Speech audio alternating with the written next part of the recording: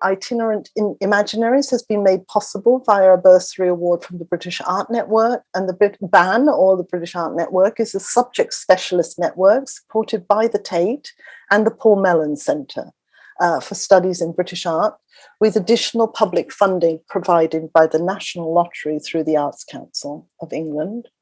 The network promotes curatorial research, practice and theory in the field of British art. Its members include curators, academics, artists, researchers,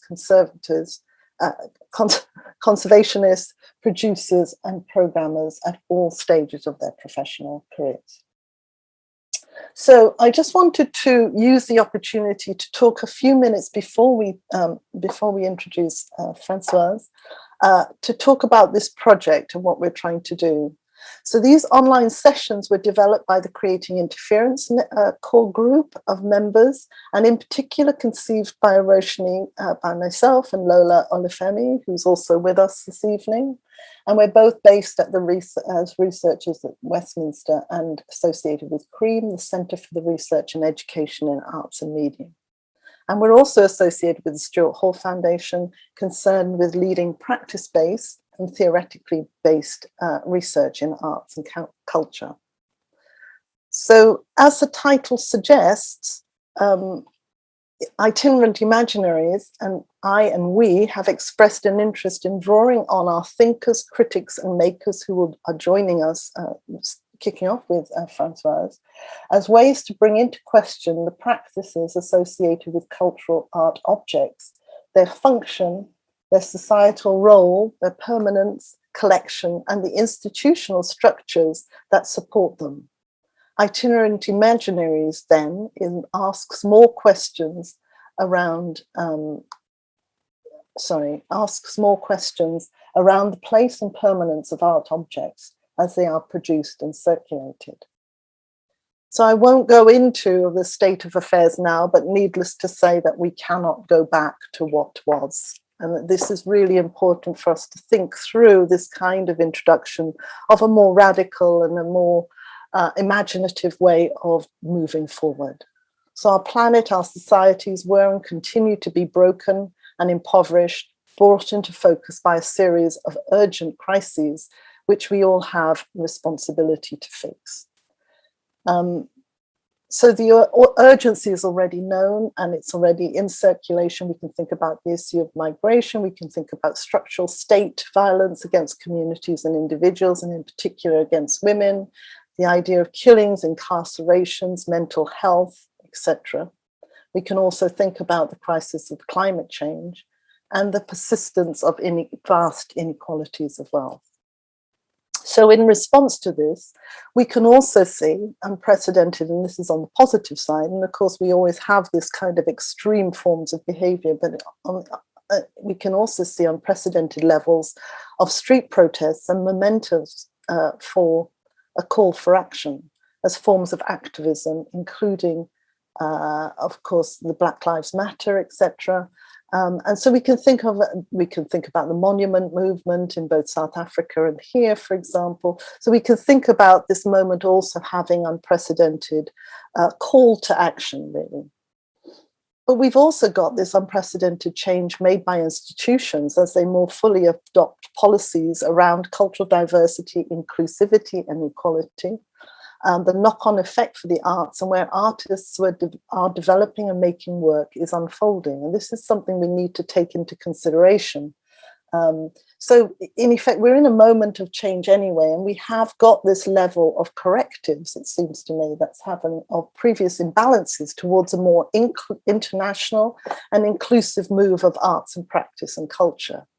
In the UK, for example, art galleries and museums, as in the US, have made substantial purchases, acquisitions, appointments to address imbalances.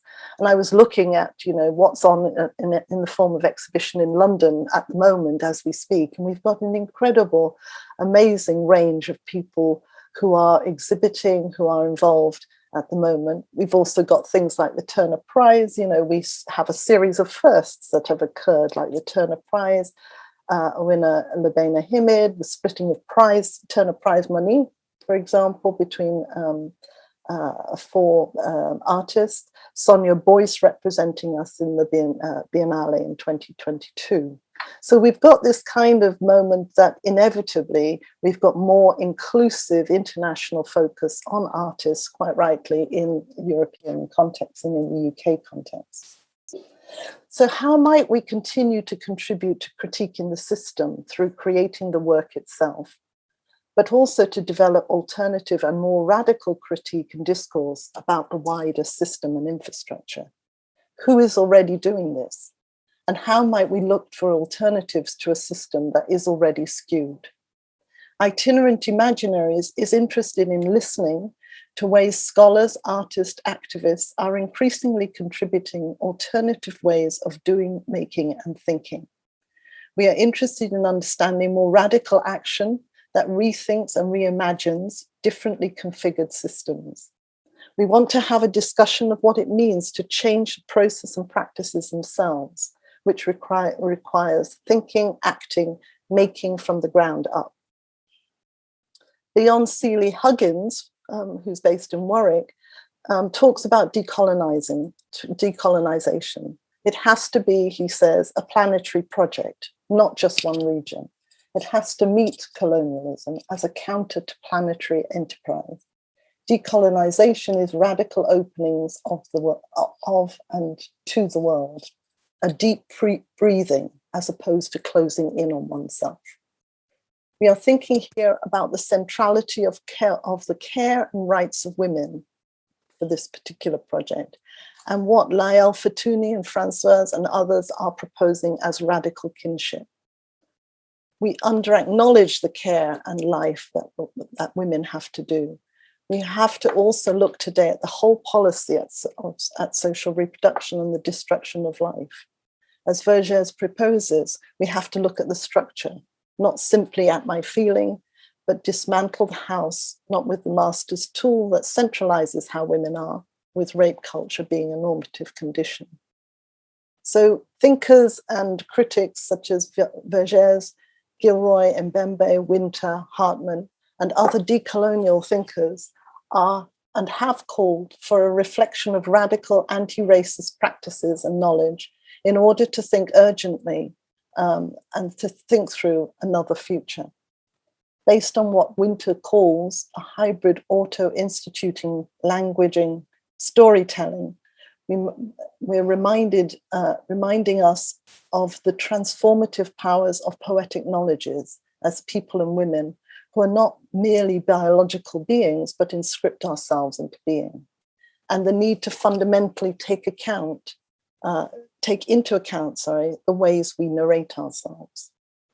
So with this in mind and with this kind of project underway, and we're so pleased to have Françoise Vergès join us as our first contributor to the project.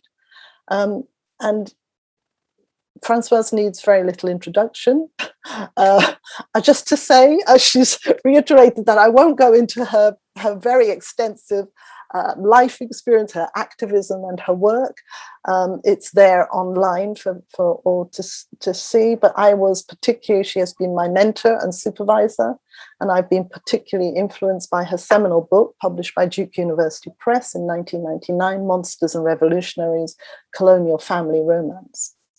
And so in my mind, her contribution is absolutely timely, and hopefully her talk, I'm sure her talk will be an amazing contribution to how we might think and take forward the things we need to do for the future. Thank you so much, Françoise, for joining us, and I hand over to you. Thank you, Roshini, and really thank you to everyone who is listening tonight. I want really rather to have a conversation that would make, like to give you, like a lecture, because the question being raised is very important. I mean, the object of the feminist decolonial archive. And, I know I'm talking to people who have been working on this, so there are a lot of things I don't need to repeat. But I will start for the question, that title and itinerant archive that raised for me. So, what is a feminist decolonial archive? Is it on women? Is it by women? And whom do we call women? Are women the same everywhere? And so we could consider the notion of transfeminism that is, raise the question of woman qua woman. Decolonial, we know it's, if we follow the theory, the proposition is about the coloniality of power, which rests on racism that divided the world on the, lives who matter and lives who do not matter. That division in humanity, and what philosopher Sylvia Wynter say, that we are not yet been human yet, we are still. And of course, race being the foundation of that. So will the Decolonial Feminist Archive will speak of racism and will index how racism has constructed women, this non-white woman. We'll make it, us to unpack racism, to make it, to understand how it works as a structure, the systemic violence of racism. How will we organize the archive of race and gender? Of course, the intersection, we think about the intersection, but also, how gender itself is a racialized notion, and also from how effectively race, at the same time as we know under slavery, gender, Black women were gender and not gender in the sense of, the Western meaning of gender. We know that Black women were forced to work as even worse than sometimes than Black men in the plantation, and they were tortured and punished as harshly as the men. So they were women to reproduce and being raped, and they were not women when it was about working and being tortured and punished. So we see that gender has not worked the same way, and we could look also at the way in which race is still organizing gender today. So, and then my question is, so how would we represent this archive? And we talk about itinerant archive. How do we organize, the itinerance of archive, And of course, I was thinking and listening to Roshini, what will be, for instance, a decolonial archive today about the pandemic? What will be the decolonial archive that we will be collecting today about the pandemic? The archives, what is needed for whom and by whom? What must be done? What kind of index? What is lacking? The shift that Roshini was talking about, at the same time, the incredible street mobilization, and also the translation by institution and business about inclusivity that is necessary now to go on. How do we look at, how do we collect, how do we organize archive in a context of global assault against social science and the humanities, of government forbidding the teaching of critical race theory, of gender theory, of decolonial theory, of censorship, of boycott, divest, and sanction on campus, and of business and institution embracing equity, diversity, and inclusion. What was going on, and how do we think archive in that context? In a context, and then how do we think archive and the relation with property? Will this archive, who will own the archive? We do know that private property in the Western and the colonial world was effectively the relation to right. Who has right was the person with property, and property was white, was to be white. Whiteness and white property and rights were absolutely connected. So how will we think about the question of property? And then about colonial archive, I was thinking about something, because, and we could discuss perhaps for the UK, but in France recently, there was things about, missing archive. And why do we keep repeating the mantra that the story are unknown, that our story are unknown? When I wrote The Wombs of Women about forced abortion and sterilization in Réunion Island in the early 70s, Nothing was hidden. Everything was there. I mean, I just had to go to the archive and read the newspaper. Everything was there. But nobody has talked about it. So what do we see when we look at something? I did not encounter dark secret, everything was there, And I chose not to interview the woman who had been the victim of this, because in fact, I wanted to start from the archive of the colonial power and also the anti-colonial archive, I mean, the written word, to see how, on the one hand, consent was fabricated. What was the vocabulary? What was the word? What was the kind of archive of, that led to the legitimating forced abortion and sterilization? And what were the archive of those who opposed that? On what kind of memories and what kind of an history each of them based, either being pro or against. So what was required, to read? How do we read something, Not necessarily to interpret them. They were clear enough, I mean, the archive of the doctor, the white French doctor who had come to Réunion Island to perform thousands of forced abortion. But how do this word resonated? What did I hear when I was reading them? So how did the written word transform into the sound? It became a sonic archive. And so about the archive also, what kind of archives do we need? I share Robin Skeller's following remark, and I quote, "Why do we continually repeat the assertion that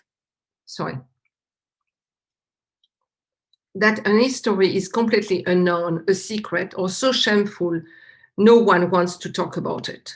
Because the issue has never been about not knowing. It is about the refusal to acknowledge genocidal, state-sanctioned racist violence." And I'm confronted quite often here in France right now because I'm stuck in France with the pandemic and the different confinement.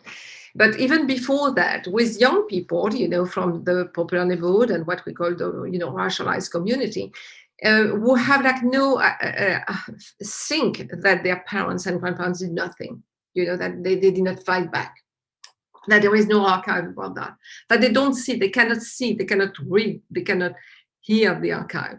And so I'm interested in this fabrication of blindness. And even, for instance, how an archive, the discovery of an archive is announced, the vocabulary of discovering, of unearthing, an archive. The vocabulary of confronting history, of looking at its dark sides, I will say it's perpetuating a narrative from the top, that finally someone, the expert, is finding the archive.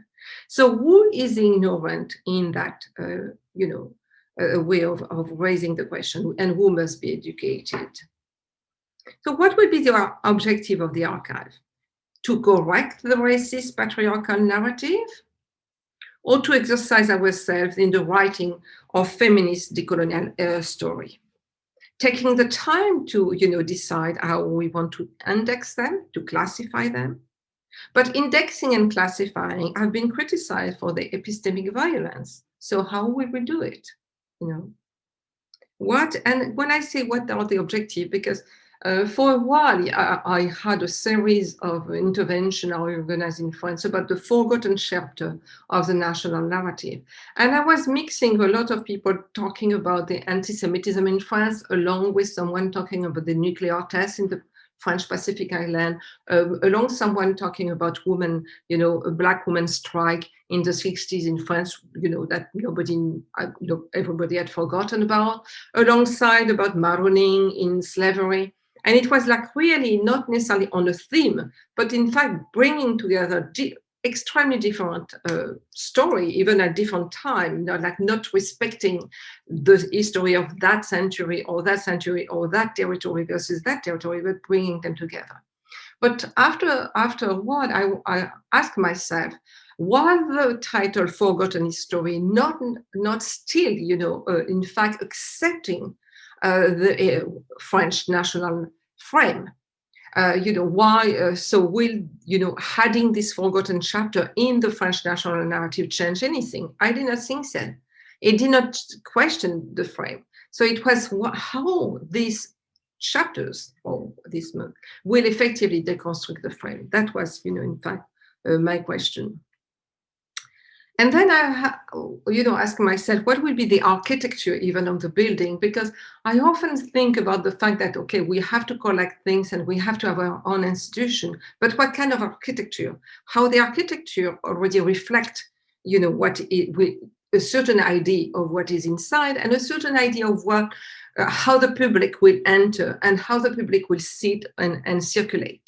And so this kind of question is very important, for me. What is the building, what is architecture that will reflect the idea of decolonial feminist archive? How it will it be built?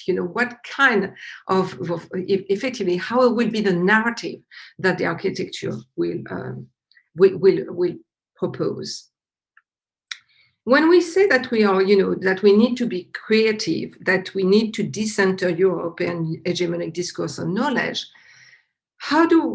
when do we see that we are creative? When is it that we are creative? When is it? How do we define? What are the criteria of creativity? And where is Europe? What is this Europe where we are talking? And what is Europe? And even, in the presentation, what are the impasses we are facing? That I think is a very important question, And there is this criticism of linear narrative, which of course is very important. And I myself, always, of course, talk about that. But I was thinking that humans have been telling stories, all over around the world, not in the West, with a beginning and end, so-called, like linear, that they start, okay, even, this little story about animals, whatever, there was a beginning and an end. So why this linearity does not have the same epistemic violence that Western linearity, sorry. Also, many cultures operate with, from binary opposition, day and night, clear and dark, child, adult. But at the same time, this binarism is not hegemonic, is not repressive. So how do we think when binarism is hegemonic and absolutely oppressive, and then when binary is effectively telling something about our human, of course, when it's day and when it's night, in every culture, there is a certain understanding of it's different. I mean, human are not, it's not the West which has invented these things. How do we understand? And so, related to that point, how do we understand the past? And then the archive, of the past or the present. The Haitian cultural critic Michel Raftroyo suggests to talk about pastness rather than the past, that the pastness then will talk about a position, a field of practice, not a moment, not necessarily a field of practice that impact on the way in which we imagine, the world. So how do we think about presentness as a field of practice? How do we think about the temporality of the archive as a field of practice and not just as archiving the past or even the present? How do we challenge the question of temporality? I have suggested elsewhere that in this decolonial moment that we are living and that I think that will last for a while, we must work through entangled temporality, that we are still living with the past. The past has not been repaired. The past is not the past, especially the past of colonialism, racism, and imperialism. We are talking about the present as it is, and that is being effectively also that systemic and structural violence as we see it, and the pandemic has absolutely revealed that violence. And we speak also about, we consider, when we consider the time, about the future, because we know that the future of the community, which are who are racialized and things as disposable, is already being threatened. That the future of the generation in Black and Brown community is being threatened as we are speaking today. So it's not tomorrow that we have to take care about, what is this future is about today. So how do we reflect this entangled temporality in the way we present our decolonial archive? And so for me, I was thinking about the notion of palimpsest, that this manuscript, the palimpsest, the manuscript, that has been written on more than once, and the earlier writing is not, completely erased. It's still there under, the new writing, and is often legible. So how, for instance, Decolonial Feminist Archive will be also the archive of some palimpsest. What is, has been written, which still there, is written on top of it, not to erase it, but also perhaps because we are lacking the wealth of those in power who can have so many, pieces of paper on which to write the archive, or so many, places and buildings to host them. So how do we look at this, and think, and the palimpsest related to the entangled temporality, the notion of temporality? So to keep within, the 20-25 minutes, I wanted also, because this question was raised when we discussed the question of, the lacking, that we are lacking. We, oppressed people and marginalized people, Black and brown people, are lacking the archives. So for instance, the famous, where are your archives? Where are the written word? Where is your Kant and whomever? All these different guys. Where are they? And so we look at this notion of lack, that we are lacking, of what is missing. I thought about it because, of course, women have been, said to be to be lacking the phallus, and gay to be lacking this, and non-valid people to be lacking whatever.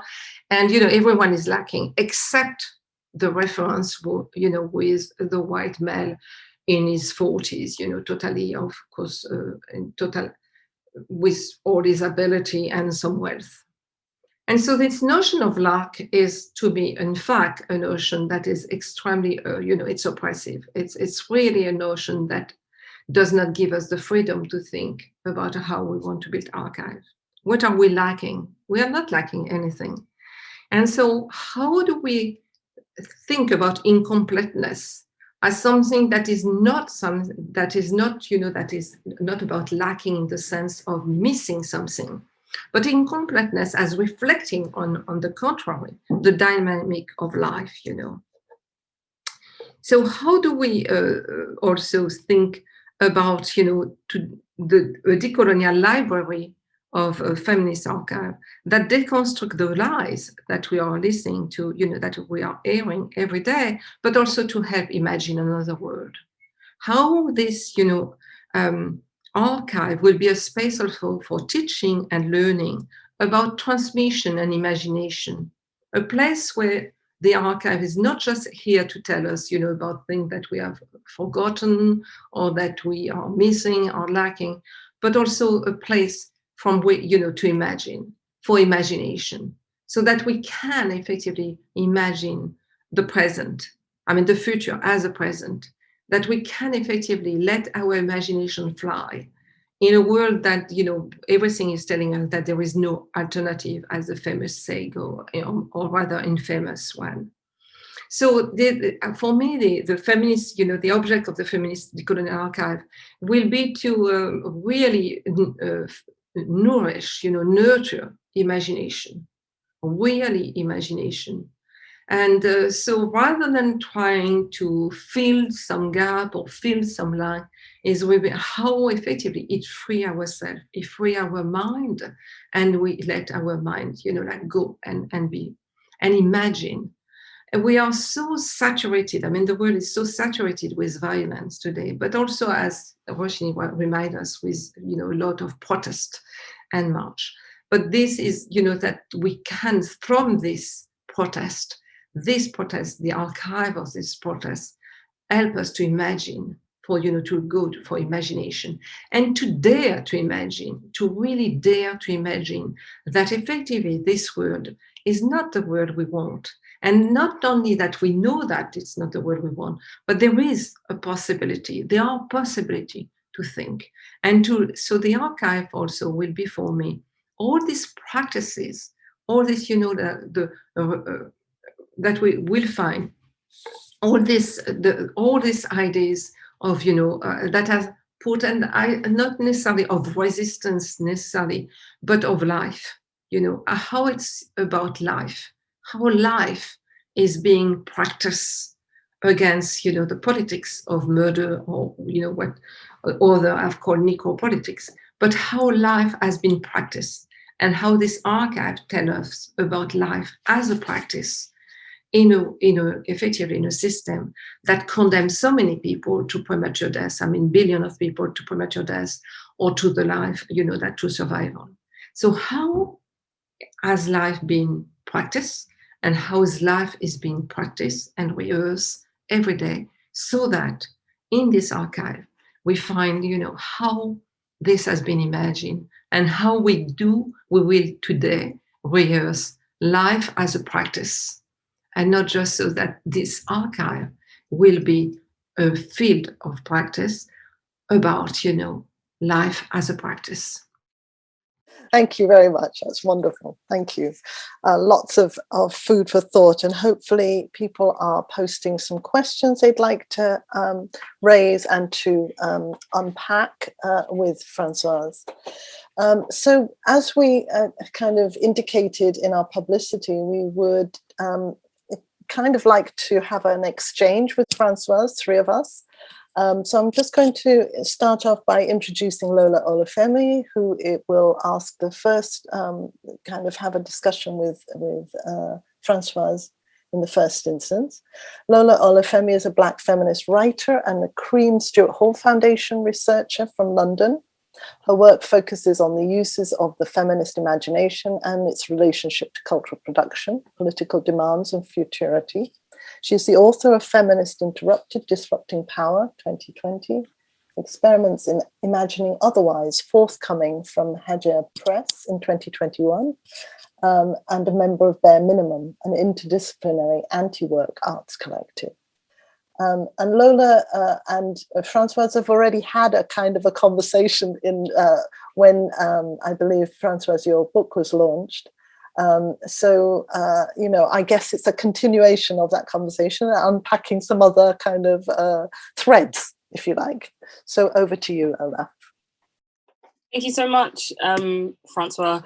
When you were talking, I was thinking about the imagination and how, the kind of what you're asking us to do is kind of loosen our connection to the tenets of this world, right? So that we might be able to imagine otherwise, so that we might be able to imagine a different kind of relationship to cultural objects. And it got me, what I basically want to ask you is what you think collecting, as in collecting for things in museums or archives, what collecting's relationship to ownership is, and how when we use kind of experimental or imaginative approaches to the archive, like you're suggesting, how can we sever our relationship to the stuff of history, or our relationship to wanting to own history enough to fill its gaps or to tell a complete story, so that we don't reproduce the same kind of relations of property? Because I see often in the discourses that you're talking about, especially around erasure, especially around wanting to set the record straight in terms of oppressed histories, that the aim is to fill in the gaps, right? But I feel that requires some ownership of history, to take it back from the colonizer, to take it back from the oppressive source, and to say, actually, this belongs to us. And so we are going to tell the story in the correct way. And I think that there's something there to unpick. And I'm really interested in what you think, what kind of social and political conditions we would need to let go of that instinct to ownership, or to let go of that instinct to want to order in a very linear way our own histories, even as we take them back, essentially. That's such a great question. That effectively, how do we let go, this instinct to own, or to say, my voice is the truth, against the ownership and the authority that ownership give. Ownership gave authority in the world, right? The white man has authority because the white man own even human being, on the land, on everything, right? And we should, as effectively women, of color. I mean, private property should tell us something about oppression and patriarchy and capitalism, and we should know it so intimately, so intimately that any form of private ownership is oppression, is about oppression, patriarchal, capitalist, racist, I mean that. So we should let go effectively about this instinct. And what you are saying about then, it's my story and I own it, is very also, if, of course, that's the first instinct, you don't know about my story, let me tell you.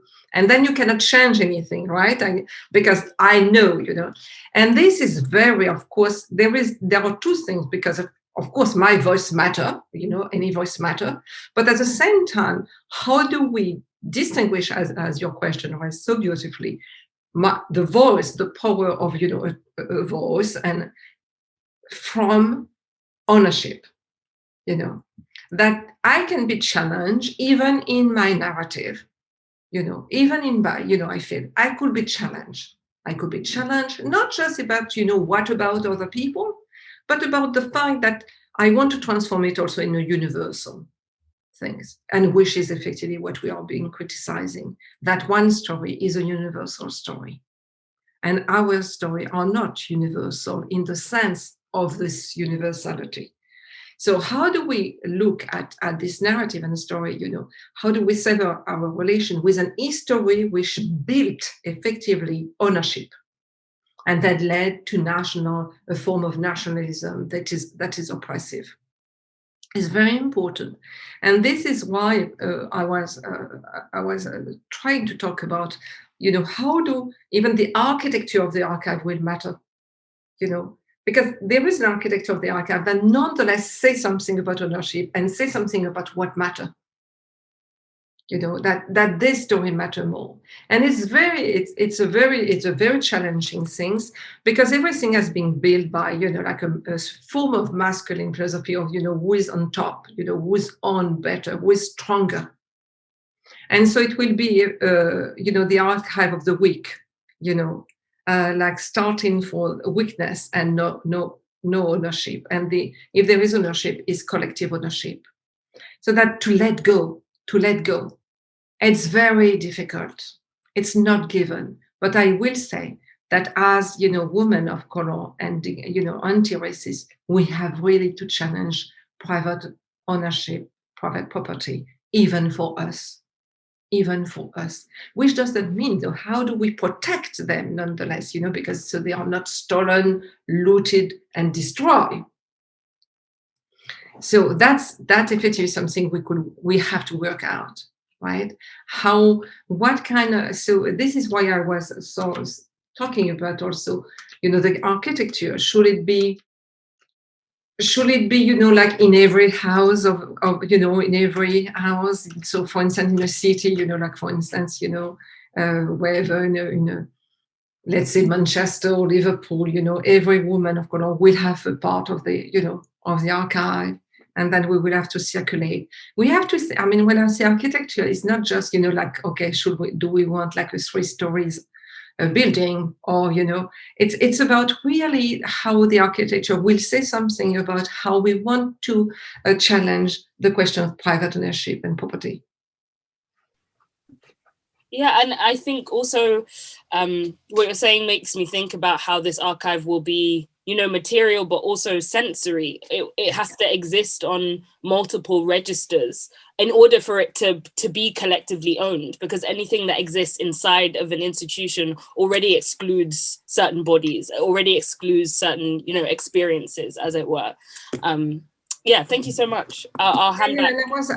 If I may add something also, I think our work also is to really think collectively, what do we want to keep and what do we don't want to keep?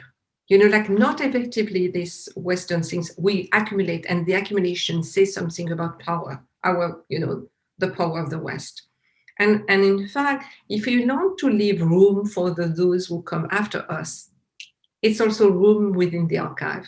So they don't feel that everything has been said, kind of like, okay, there is no more, what? And so this is something, how we will decide, and perhaps we will make wrong decision, and the further generation will tell us, why did you do that? We didn't that. But that's the way it goes also, this incompleteness, the fact that, for instance, sometimes you have to redo things. That's life.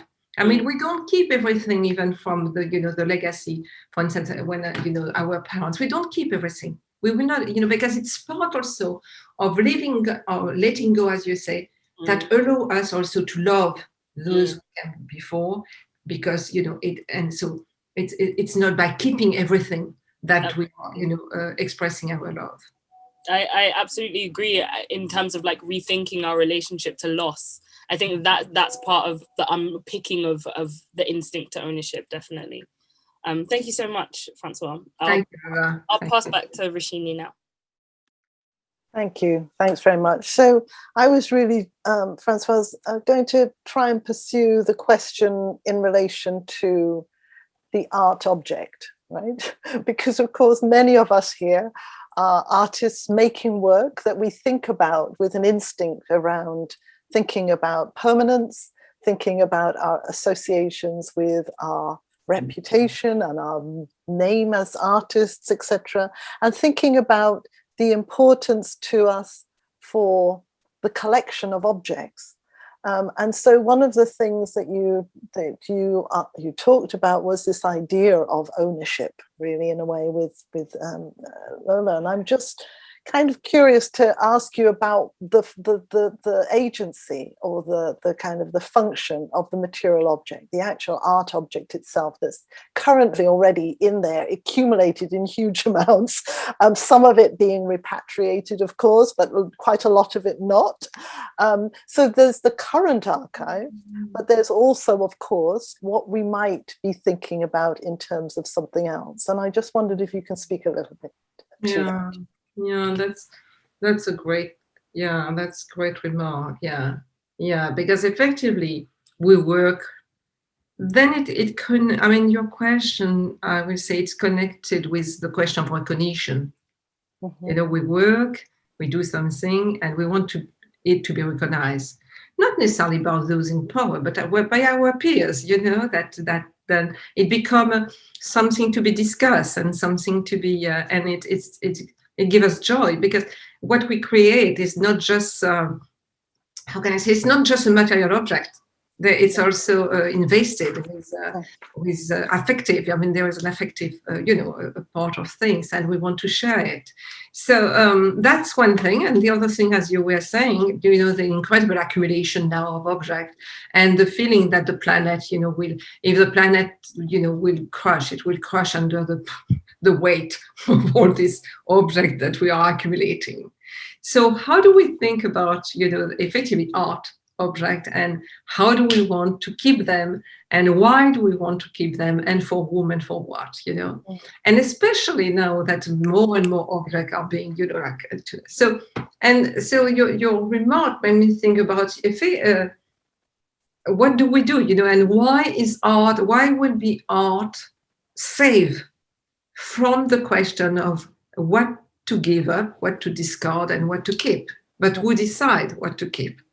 For now, private collector, museum, gallery. And so there is, but your question also, I would say, another thread would be, well, an artist has to live also, so I mean, so has to eat, as we say, right? So otherwise, what do we do? If I just, if I'm an artist, I create and I don't get anything from it, well, I will have to do something else also on the side. And so the precarity that of some artists also. Not everyone, of course, because we may think right away of those who are absolutely very wealthy, but many. Many women artists, of course, as well. Yeah, very precarious. Yeah. Quite often have to do something else, or have created for years before being acknowledged, and it come late. So this I would say will be connected with perhaps how do we organize ourselves to show this work, to support ourselves. In France, there is a talk now, there is a big demand by artists for a monthly income, universal monthly income, that will be the same for everyone. So then they are not, in this incredible precarity, constant precarity. And when I say that, it's as well, musician or, or people working in theater or whatever. So what I mean is your question raised the question of the economy. I mean, the economy, material economy.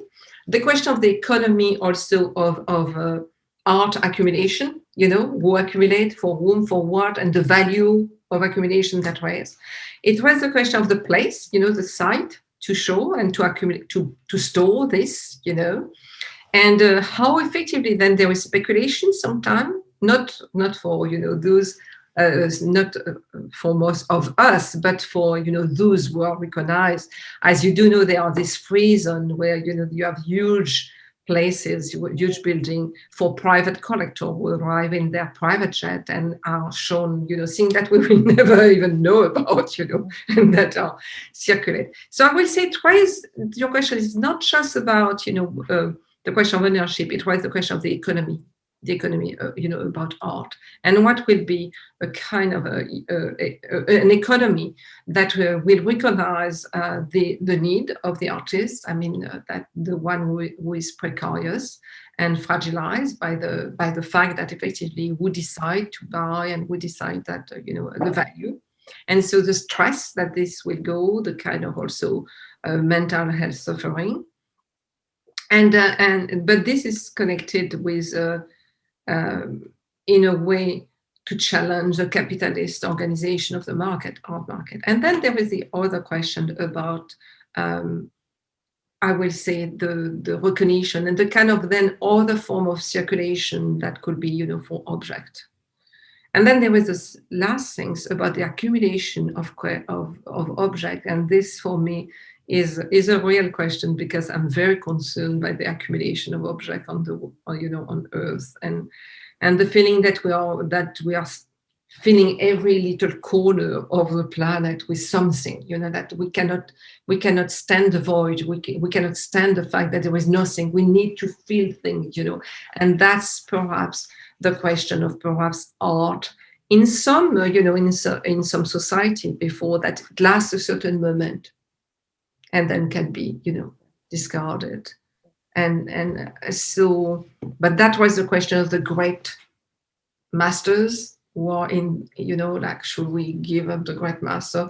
But I will say, yeah, it was a question perhaps of, okay, that's the past, let's let the past be. But in the future, or how do we, the question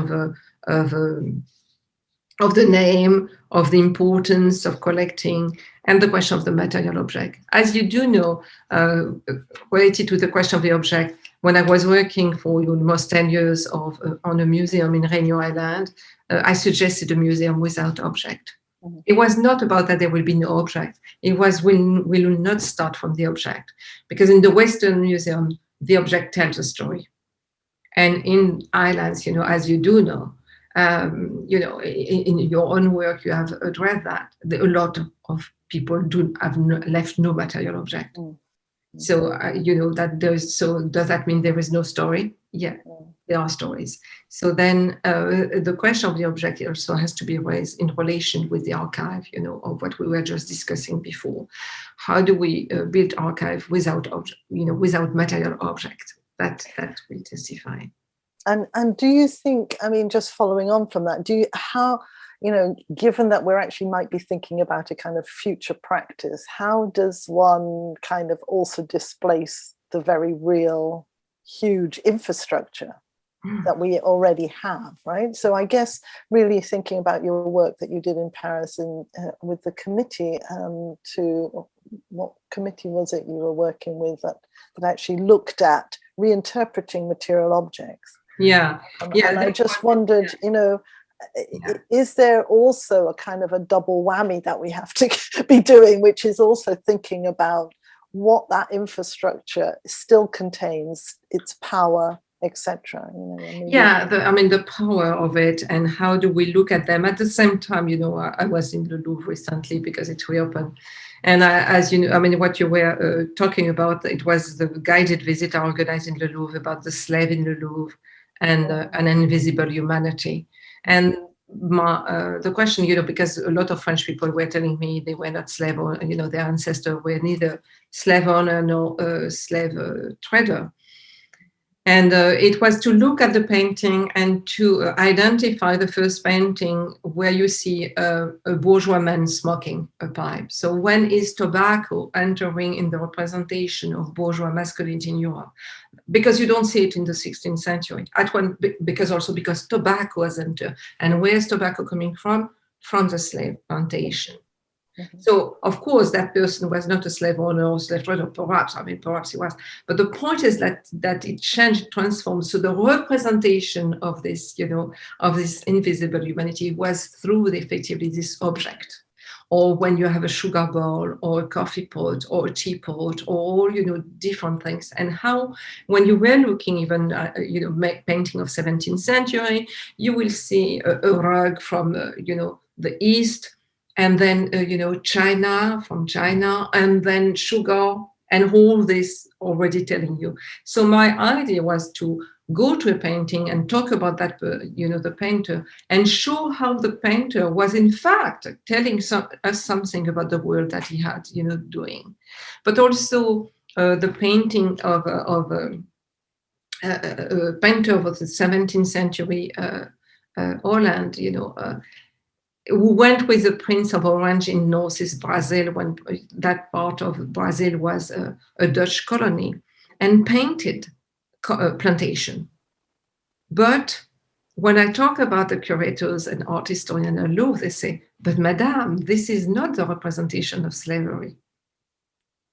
There is a landscape painter, is painting a landscape. And I say this is exactly what I'm talking about. The naturalization, the normalization, beautiful landscape. This is exoticism, this is tropical land, And then you see some Black people, in this beautiful place, beautiful painting. And in fact, you walk by and you just see that. And so it's not, and so my point was not to say, oh, slavery was bad, whatever. It's like this normalization, the fact that this, because he came back, and the painting, the Prince of Orange offers some of them to Louis XIV, but some of them are in Amsterdam also. And so this was already, through images, the normalization, the naturalization of enslavement. It was a landscape. It was a landscape. So the point is not like take out the painting. It's like how effectively painting even naturalize and normalize, enslavement, colonial slavery. So that's also starting from a material object and tracing a much larger cartography around that object, pulling all the thread possible, and not just this is an object 17th century made by that artist and That's very important. But at the same time, what is telling us that object, and how we can do about practically all the objects today, where they come from, where they, how they arrive on our table, why do we have that? And it gives us a much more complex view of the world, rather than just one point to the other. So are you then arguing for a different kind of narrative of art history in that sense? Yeah, in a way, yeah. So for instance, in this way will not just be to look for the, erased or marginalized artists, that is important, but also how, in fact, in 17th century European painting, you had a representation of a slavery, but we don't see it. It's more, how do we train to see again what is under our eyes, but that we don't see? And it's not, of course, it's not about slavery. This painter is not painting about slavery, but that's the point. That's exactly the point. I was very struck when you spoke about pastness, Trudeau's idea of talking about fields of practice, of pastness and presentness. And I just wondered if you can elaborate a little bit more on I guess the weight of history in that sense that you're suggesting that we might be moving away from, perhaps. Yeah, because I think sometimes we define ourselves too much about the past as it is the past, you know.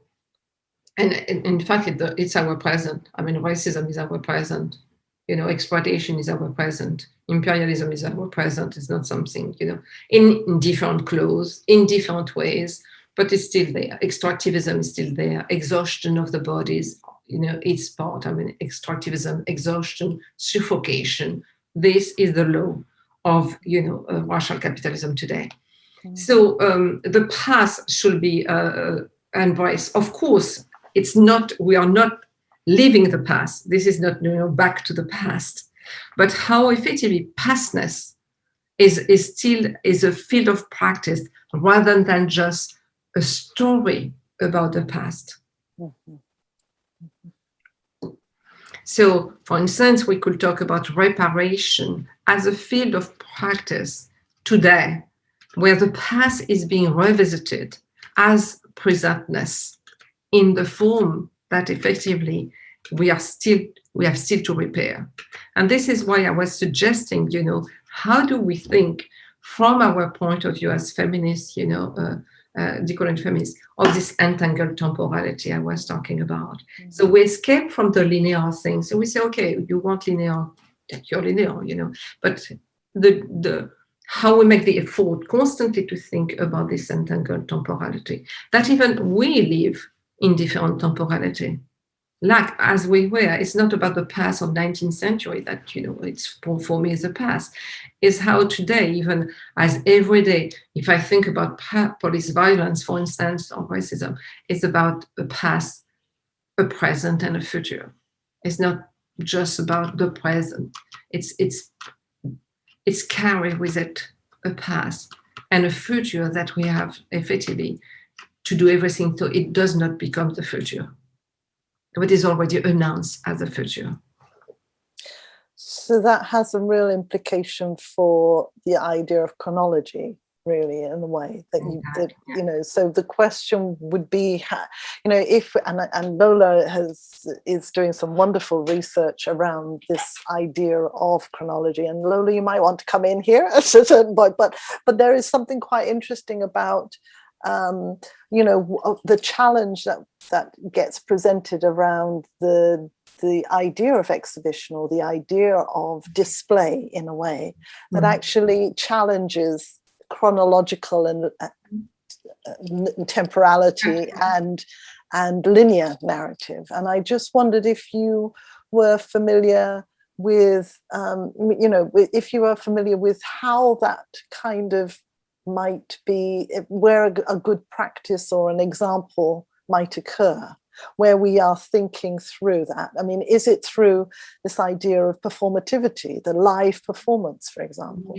Is it through, you know, are there examples around that we have that we can draw on to think through how examples of that break of chronological kind of frames is done? I don't know, Lola, if you want to add anything there. Lola? Yeah, no, not much to build on, but yeah, I'm just thinking about how it relates to what you were saying about linearity as well, and how linearity really is the thing that underpins our relationship to chronology. And I think maybe the object or the material object might be a portal, or the way that we engage with the material object might be a portal for thinking about different kinds of time or different, you know, zones of temporality that aren't necessarily about ABC, etc.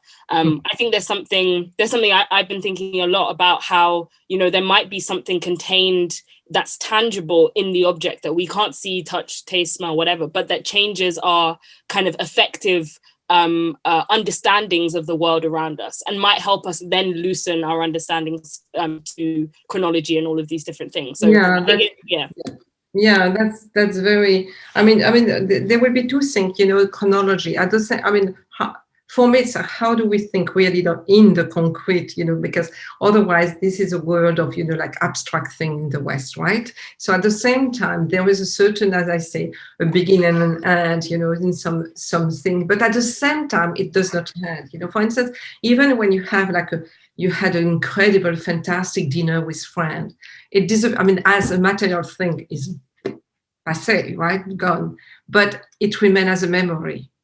It's as important as when you were, around the table with friends. So it's another way of looking at that. But otherwise, what you were saying, make me think about what I did with in some workshop in South Africa and Myanmar about, from the banana. And I started from the fact that when in a soccer field, in the public, they throw a banana on the field. Everyone understands it's against black players. Mm-hmm. Why? You don't need to say anything. You just throw the banana and everyone will make the connection. Will understand it's not thrown on the white players. So it started with that question for me. When did this connection between banana and anti-black racism started, anti-blackness? And then pulling all the thread from this very good fruit that is given to children, to the elderly, that is very good for your health, that, in hospital, everywhere. And then again, this, how can I say, entangled moment that you're talking about, the portal to different level of temporality, as you say, that at the same time, where did it come from, the circulation of banana until they arrive in the Caribbean or whatever, that's one thing. The ritual and the banana, the ritual, banana are very much used in Afro, descendant of slave rituals, right, as an offering to as an ancestor.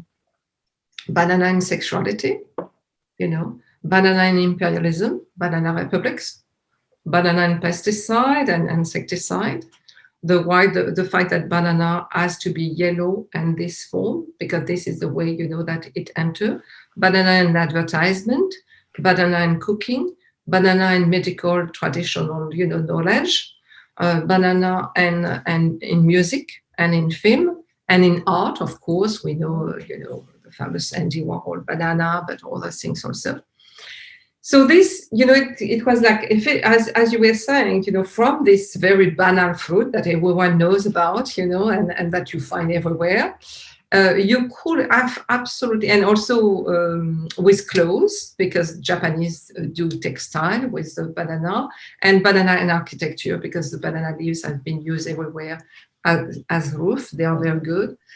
And so all this, and today, banana in pollution and banana in the struggle in plantation, banana plantation by workers, a lot of them being women. So all this, from this, it was to build something that not everything was cause and consequence, but they were just showing an incredible entanglement of different things and opening, as you say, zone of temporality and spatialities and memories and narrative that could, completely organize something that will be incredible, and at the same time will give us a certain, will take us out of the way we see that the West, school is teaching us to see like that, and we start to see, like effectively. And so this methodology of trying to pull many threads as possible from a material object that even, absolutely that we find everywhere, is then effectively as make us bring multiple temporality and spatialities. Yeah, fantastic. I mean, and lastly, I just really wanted to ask you about the infrastructure you were talking about. One of the real issues, of course, is land ownership and the art system absolutely tied up with private property and with infrastructure that is built and within Europe and the West, right? So what does what do art galleries and museums now do in relation? What kind of spaces might they become in relation to your thinking of the kind of the different future that we might be holding in, where the material object isn't, the white walls are not necessarily needed anymore, right? So, Well, on the one hand, we live in that world, right? We are surrounded by it. So it's, are they useful for us? Should we use them? I think it depends on context, are we totally selling our soul, or is it possible, to in fact occupy the place, and even lying, to occupy the place, marooning, as we say, and occupying the place. So that so it's a constant strategy, I will say, that has to be that has to be discussed and wait. Should I, and discuss. And I do think that it's not so much the institution, it's the collective work that is before, that is very important, and the collective work as we go. I visited at the Brooklyn Museum some years ago, 3-4 years ago, I cannot remember, a show about, we wanted a revolution. Echo, I forget it. Yes, who curated it. Yeah, so I was, visiting, and suddenly a group of Black women entered and started a performance by dancing and shouting and saying, we are not just on the wall. We are not just, this dead object on the wall. We are still alive and we are strong. And it was not prepared, right? It was not announced, at 3 p.m. there will be. And it was fantastic because, they were absolutely powerful art, incredibly powerful art. So the show itself was very powerful, but at the same time, this woman wanted us to remember that it was not just about something of the past, that it was on the wall, but something alive today. And with, the question about what you raised about precarity of the artist today. And so that was a way to intervene in the institution. Not that the institution as where the show was bad or whatever, in the sense or erasing or forgetting or marginalizing, on the contrary, but nonetheless, So that so I will say that it's about every time. Okay, should we go? How do we go? And I will say that whatever we have to do is to create, the kind of group like the one you create, so that there is a discussion. So what I will say is the most difficult thing is to be alone, confronting the institution, because then it's very difficult unless you're an incredible star, and he's usually a white male, and so it's I will say organization of strength. Yeah. So I guess in a way what you're suggesting is that the kind of anti-racist collective protests and that history in terms of bringing that into life in a way and learning from it and bringing it into the gallery space in a similar way. I'm thinking about Barbie Asante's work, Lola's work coming up, where the gallery is being used and taken forward in a very, very different way through performance, through a kind of a live space. We do with what we have, right? And so how do we maroon in the place that we have, When you say marooning, can you just explain? I know what maybe others might. Maroons are, the enslaved who escape the plantation and escape it either for 3 days a week, but also what is important, that those who establish incredible sovereign community in Jamaica, in Trinidad, in Brazil, in Martinique, Réunion, Mauritius, in fact, in every slave society, they were maroons. And so the marooning, they were nonetheless in the land organized, the power were the power of colonial slave power.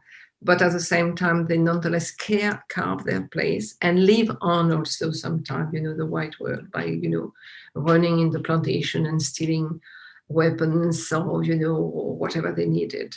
So this is, we can, of course, imagine that. But my point is, how do we, at the same time, work with institution, and how do we do it by nonetheless being, cannibalized by the institution? It's a constant negotiation and a constant struggle.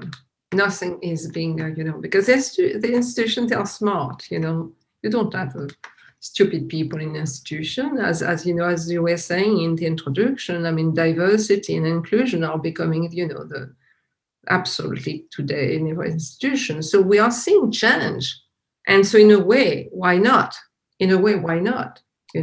But in another way, in another way, deeply does not change the teaching, for kids, black and brown kids, the school, the art school, the possibility of, going through these years and not dying of hunger, because they don't have money to survive. There is no, you don't have grants or whatever. So the organization, because we always talk about artists as if we were already artists, but those who are starting and go to school, and the education even before you go to art school, what is being given as education in art in high schools or primary school, as we know, is absolutely awful. So I will say that it's an institution is not just the gallery and the museum, but also art. I mean, education in art, if we want to, if we want to call it that way. And how do we open it? How do we open it to students and to young people of color, and telling them, yes, this is a possibility, and you can become, either an artist or curator or an art historian. What do we know? Like everything that is possible, or even in technical, all the things that are needed, because we need change. I'm going to hand the floor to Lucy Reynolds. Lucy is just to quickly introduce her, to ask the last question and follow up from some of the discussion. Thank you for your patience, Lucy. Lucy Reynolds makes art and writes about feminism, political space, moving image, and collective practice. She coordinates the PhD program for the Centre for Research in Education and Art and Media, CREAM, at Westminster as well, and runs the MRes in Creative Practice that we were talking about earlier. She's editor of the anthology Women Artists, Feminism and the Moving Image, and co-editor of the Moving Image Review and art journal Mirage. Her ongoing sound work, A Feminist Chorus, is currently exhibited at the Grand Union in Birmingham, UK. So Lucy, hand over to you. Thank you. So I'm really not sure that there's much that I could add in terms of a question, Françoise, to the really fascinating discussion that's already been had.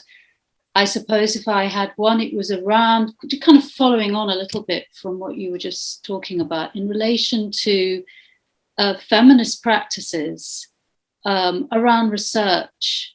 And the idea, I was thinking, how would I walk into your museum without objects and draw something from it that I could take into a seminar situation with the art students I teach?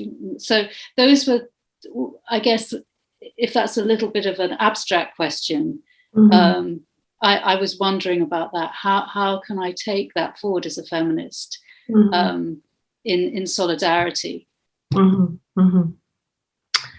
Well, I mean, to explain, as I say, it was not that the museum will have no object, absolutely, but that we will not be looking for the object before telling the story. That one thing. And then the other things also, I suggested we will not look for the original, like the original of the decree about slavery or whatever. We will make just copy. It was also desacralize these texts, they are just texts, legal texts, on a piece of paper. And so, of course, they have incredible power, but they can be unmade, they can be unmade. It was just men deciding something, but they can be unmade. So it was also not giving any object a status of a sacred object so much, when it does not mean that they are not sacred objects, but this object, the object of history, should not be like sacred object, because they contribute by their sacredness, to the kind of incredible power national narrative. They don't touch the monument, don't touch the statue, don't touch the Magna Carta, like as if this is organizing the world we live in, inequalities and injustices. So how do we make even this text, this great text, or this great object that telling us something about the past, or even about the present, into effectively a teaching movement out of the sacredness, that they are effectively tools for the power, for the power that be, or for the oppressed, as effectively. So how do we teach about a song of freedom? What is a song of freedom? And why do people have so much, created, imagine Song of Freedom. What is freedom being sung so much and so often, And so freedom has been much more sung than being told, being said. So how we enter also into the relation between affect and these things. So the museum of in a seminar is effectively, it's not even if we do an object or if we want to create an object, it's also about, it's a piece of wood. I mean, I don't know where is the wood coming from, who has cut the tree that gave that wood, and is that tree has a story somewhere? Is that tree, like something like that? So it's not, things do not arrive on our table like that, It's not something that is given. We are not entitled to this, This, it's because we are privileged that we can do that, we can effectively, but this, we are not entitled in the sense that because we are like so great that, this object arrive on our table. So this is again, about the economy of what we are working. And so this, so for instance, the museum without object will be, how do we tell the story of a woman who have been enslaved, and about, we have like only just fragment, very small fragment, very, very small. We just know that a woman was captured in the northern Mozambique and taken, and we find her trace on a ship, on a slave ship, and we know that she was sold in that. This is just what we know. We know nothing else, nothing else. But this woman had a life, she was, and so how do we honor that life without falling into fiction, or although why not? But so I suggested that, okay, but we can know what was northern Mozambique at the time. What was it? Because we say northern Mozambique and we think about northern Mozambique today. But what was northern Mozambique at the time? What was the barracks? What kind of barracks? Where did she? Where? And then what kind of slave ship brought her to Réunion Island? And when she arrived, where was she debarked? Where did where were they enslaved? And then she was sold to that plantation. What was this plantation? And then even if we have lost a trace because people could not, the owner could care less. There is something of a little sign, a little thing that she existed, that her life mattered, that she mattered, So how do we make people and things mattered in a way? How do we translate that what matter? Because again, for me, it's really, how do we humanize the world today? Because as I say, following Sylvia Winter and Ruth Wilson Gilmore and Césaire, whatever, and so many other, that we live in the world of man, capital M, of white men. And so there are no women in that world. There are no children even in that world, is a world of men as if they were born and they are already 40-year-old and they are already the master of the universe, right? They were never babies, apparently, that who needed, to be brought and, so apparently we are always born like that, and there is a certain idea of we are born like that. And for me is also to bring in the question of vulnerability, of interdependency. We are all born interdependent. None of us, was born like fully speaking and blah, blah, blah, and being about, So also, how do we reflect in the object we are talking about, how we create, about how would we think about this interdependency? How this interdependency is being shown, not so much that we erase ourselves, but we are just part of this different, And we know that indigenous people have practiced about that, but we can enrich them with our own feminist understanding of interdependency and decolonial and anti-racist, that effectively interdependency. And I will say also that how will we separate object from the violence that has organized the creation, the production of object to this day? How do we think about object being made outside of the violence that is being, to this day, leading to the production of object, exploitation of people, extraction of this, and so impoverishment of land and impoverishment of people. How do also we bring in, like that? So I will say this will be the field of practice about object that I think we could work on. Thank you very much. That's great. Thanks. No more that I need to add, but it's given me lots to think about, also to do with entangled time and the idea, your example of the banana and those multiple strands. So I look forward to taking that away with me. And I guess now open up to all the people who have questions for you, which are waiting in the chat. So thank you very much, Françoise. Thank you, Lucy. So, questions, comments that you might want to paste. There's a comment from Renan about marronage, and I don't know, Renan, if you would like to turn on your mic and perhaps elaborate on your comment, really. Would you like to do that? Hello, yes, please. Hi. Yes, please, go ahead. Hello, my name is Renan Porto. I'm from Brazil. I'm a PhD student at the Westminster Law School. And I just shared in the chat the work by a Black feminist scholar in Brazil called Maria Beatriz Nascimento. Yeah. And she has a very interesting work about the quilombo, which is the marronage. In Brazil, it's called quilombo. And she was a historian, and she did a very interesting research about the quilombo as a social form. So I just shared it in the chat while Vergès was talking about marronage. Thank you. Thank you. Thank you. Yeah, there is more and more work about marronage, and as also not just historical formation, but a political formation, in the sense of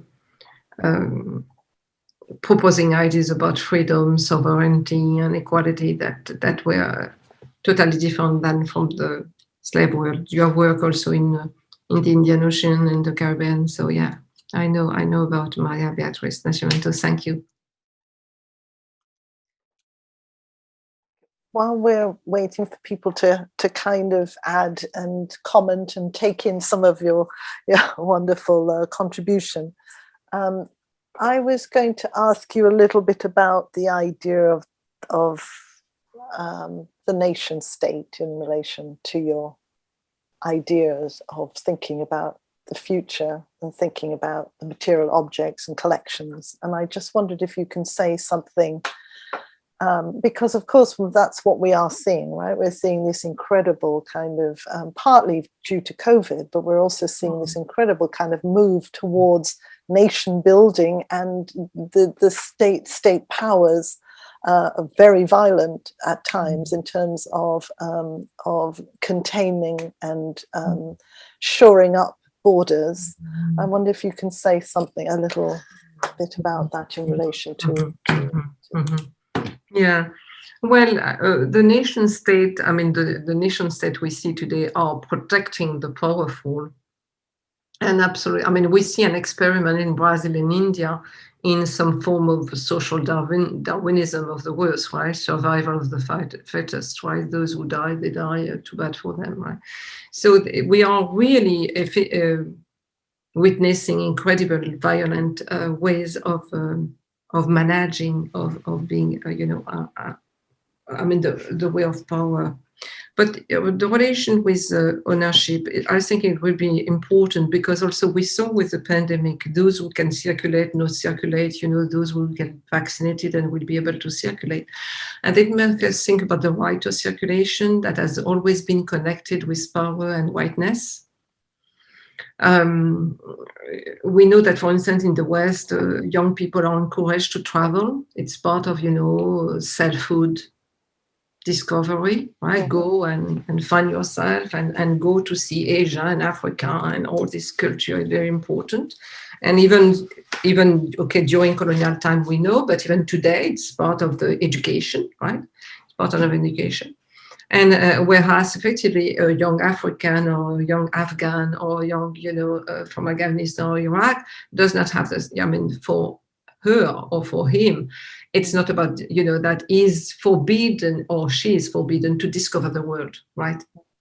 If she moves out of the place, she is a migrant or a refugee and she has to be treated like that. She cannot be a person who wants also to live, So there is never a way of thinking of this, of these women and men as also wanting to leave their place and discover and go someplace else, which has always been, a privilege of the Western people, right? To live and to go and to establish themselves, to settle.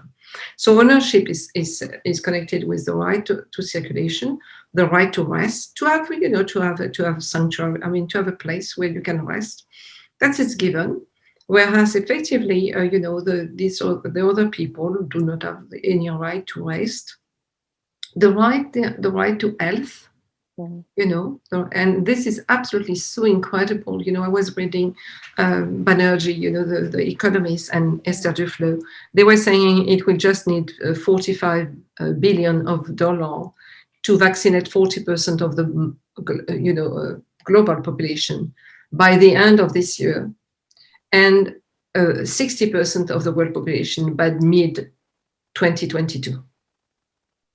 Africa, 1% of people are vaccinated, 1%.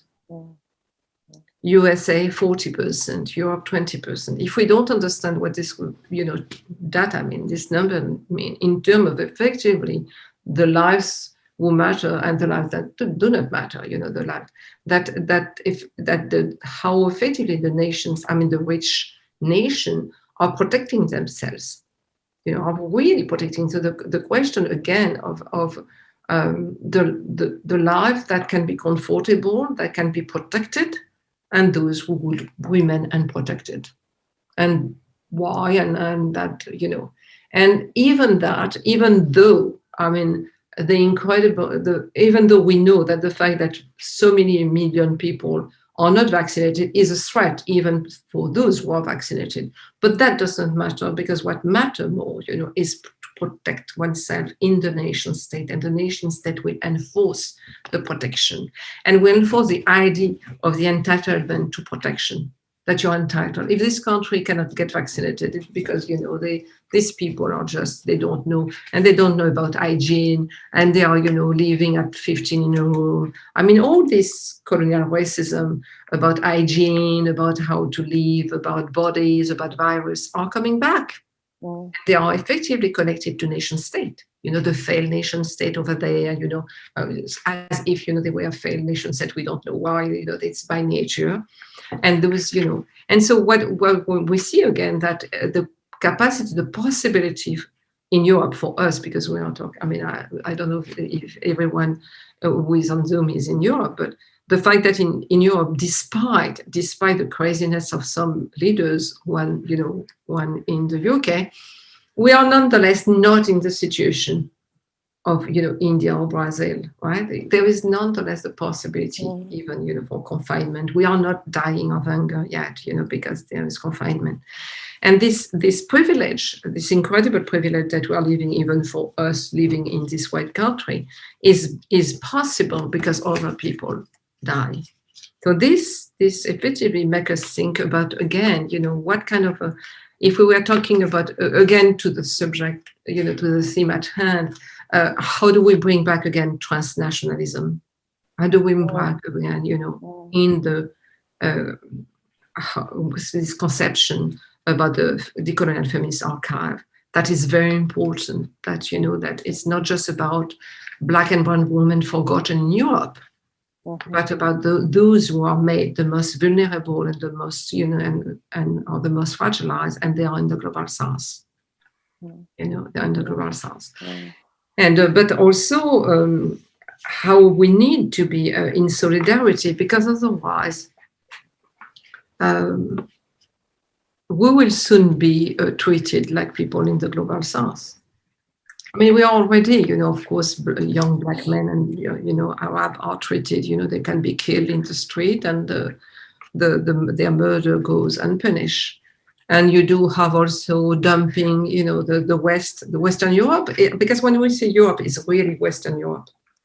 It's a very small place. It's a very tiny, tiny, tiny place, because this Western Europe is already dumping in Eastern Europe is toxic waste and everything like that. So there is how the world in 21st century, there is an extension of the logic of colonization. Mm. Because of neoliberalism, that you have to make profit. You have to extend the surface because it's not enough. So you have to produce waste, and so the nation state is doing that. We will see. We will see because some now the business world part of the business world want inclusivity and diversity because they know that this will save them. But nonetheless, effectively, as you say, it's very violent. It's very violent, and I will say what will be the archive of non-violence, not from the point of view of non-violence seen, by the West, but what is the non-violence? What is decolonial non-violence? Which is not about being passive, but about constantly opposing. Connection, interdependency, and love to incredible unleashing of hatred and avarice, and that we see, that is becoming the law. Thank you. I mean, that makes me think about this kind of emotional, affective space of the future that we might need to be conjuring and thinking about, which actually inhabit is embedded with desire and hope and a positive future. There is another question here from Mohammed, who's asking the question: how do we practice marronage when it often involves making concessions to the state institution in order to exist alongside and inside it? Does marronage avoid a necessary confrontation with that state? Well, it's very difficult today to practice marronage as the ancestor did, because where do we go? Where in Jamaica, Brazil, elsewhere, there were places they could. And then let's not forget that the war was waged against them, an incredible war. The slavery system could not accept marronage and could not accept, Maroon community. So there was, some won, like those in Jamaica or some community survived also in Colombia, in Brazil, or in Guyana, in French Guyana or elsewhere. But nonetheless, the war was waged. So the question, how do we practice marronage?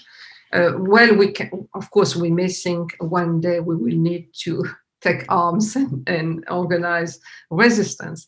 But until then, it's. I will say that marroning, then it's, and I'm thinking of Glisson or other, is also about how do you, you're an institution, you accept, you consent, you don't consent, you accept. It's different from consenting. You just decide which battle you want to wage, right? So there are some that are going to exhaust you and you're going to end up, totally feeling powerless. So what are the battle you want? And I would say practicing marronage is it will be education, self-education, collaborative education, because knowledge is strength, knowing that uncovering the lies, and it's very that. Create collective, whatever collective or group or association, whatever you want to call it, but organize collectively, even if it's just 15 people or 4 or 5 people, but never stay alone. Maroons organized themselves together very quickly because they knew that, and Maroon who were just alone, quite often were captured very fast because it was very difficult to survive otherwise. So what we are learning from them: get together, educate, look at this, at what the state or the institution are offering. If the institution are offering money, take the money and run, and do it. Learn to lie, to say, yes, sure, no problem, yes, of course, and do whatever you have to do, And, sometimes, yes, sure, of course. Oh, sir, what you are saying is so important, it's so great. You just strike their ego, you don't care about it, and you do your stuff. There are things, these people, they need so much, they are like sometimes like children, you just, and then ignore them, learn to ignore them. It's a very important education to learn to ignore them, Let them blah, blah, blah, learn to, listen to something else, because they absolutely, colonization is their way of of keeping power, colonizing our mind, colonizing that. We cannot, it's like the world is saturated, our environment is saturated with that. So we have to learn to put the noise away and the saturation of image and so on. So that's also different practice. So I will say my running today are this exercise in autonomy and strength through self-education, collaborative education, creation of collective, humor also, learn to laugh. They are quite ridiculous quite often, those simple words, so learn to have some, like to laugh also. Affective community are very important. Fight against solitude and isolation. That's the way, and division. Fight against division. The tactic of divided to rule is a very old one, but is very effective and it works very well. So I would say that's my running. Thank you. Lola, you had another question? I wanted to ask about what you said about the totality and the kind of present. I wanted to, presentness as a field of social practice. I wanted to ask about what that connection is with thinking about the present as expansive, should we say, or thinking about how we might be able to think about the present as something that's not total, as something that we can see past, as something that we might be able to see through, because we are not kind of it, if that makes sense. Yeah, so maybe thinking about how presentness as a position rather than as a kind of totality might help us think beyond, think towards the future and think critically about the past. Yeah. What you're saying is like some kind of a tyranny of the present, right? Or like that we have to accomplish things in the present, whatever all this kind of a discourse and a certain law of the present. And how presentness is, has to be again the present in a way, this kind of tyranny of the present. And yes, it's a position, and because we are not of that the present that racial capitalism and patriarchy are building. We do not belong. We are not accepted, even even if we wanted to belong, and we don't want to belong. So it's also to think about presentness, our own presentness, as effectively, when I say a field of social practice, again, as practicing together what is the practice of the present, of accomplishment, success, your life, will be fulfilled. And how presentness as a field of social practice will be imagined as a field against of affective ties around transfeminism, transnational, like that. So that my present is not, and so also perhaps I'm thinking of that. Perhaps also presentness challenge the kind of individualism that patriarchy and capitalism are, thriving on, because if presentness is a social practice also, it's because I'm there with other people, always. I'm never by myself, I mean, of course, everything can make me want to imagine that, but, by myself, it's not very interesting to begin with. And so it's really to think of ourselves in a web of, signification and connection and relation constantly. And this is, it's a good practice also in the sense of the kind of feeling that this world, push on us of some of the certain, even the bad things of envy and jealousy and resentment and so on. This is also the practicing of this as, pushing them away, like pushing them, this constant reworking our own bad feeling, that being caught into this. And saying that the present is, that the presentness we are living is already, there is one thing also, Lola, that was said also, that in fact, we are already in the future, right? What we are doing is already the future. And quite often is being recognized, but we have been doing that for 20 years, or from some of those, 40, 50 years. And suddenly it's become, taught in school or whatever. It's become the last, things in museum and institution. But we have been doing, every time there is something, we remember women who have been saying that or singing it or done it, So we are, in fact, the future in a present that effectively is present and cannot absolutely understand our presentness,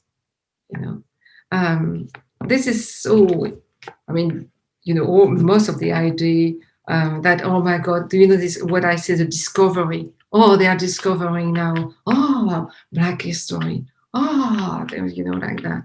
Oh, that's so interesting, But God, this has been done, from the beginning when Black people started to get together and tell their story.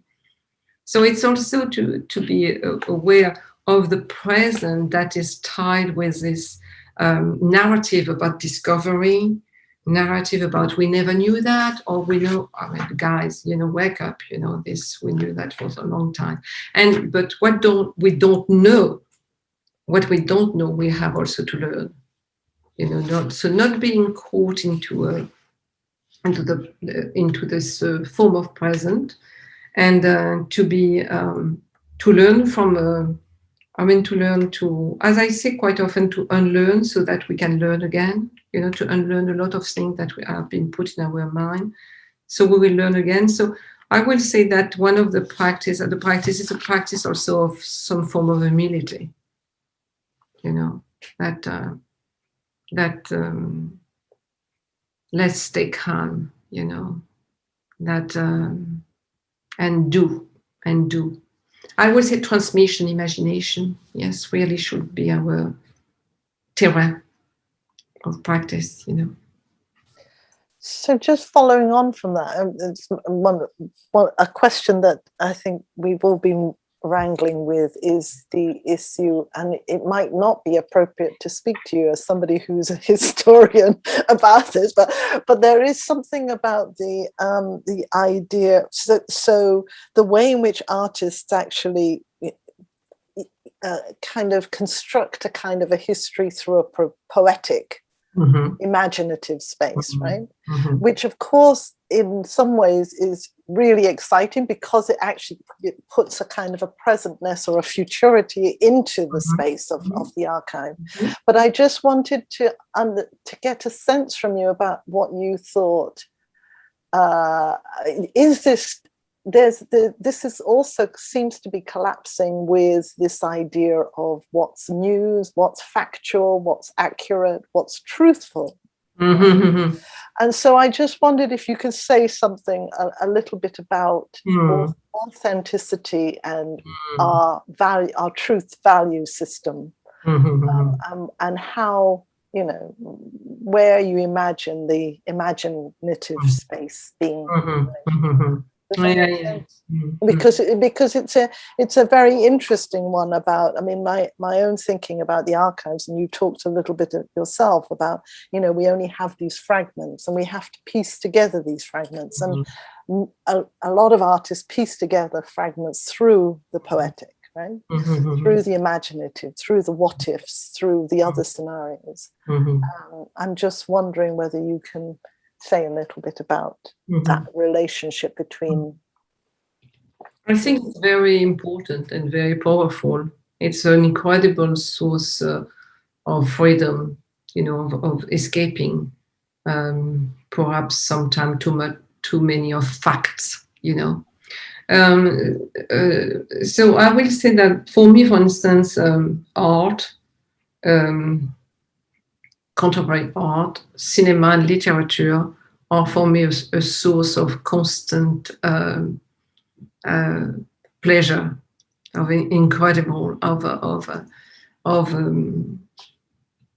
effectively of helping me to see things differently.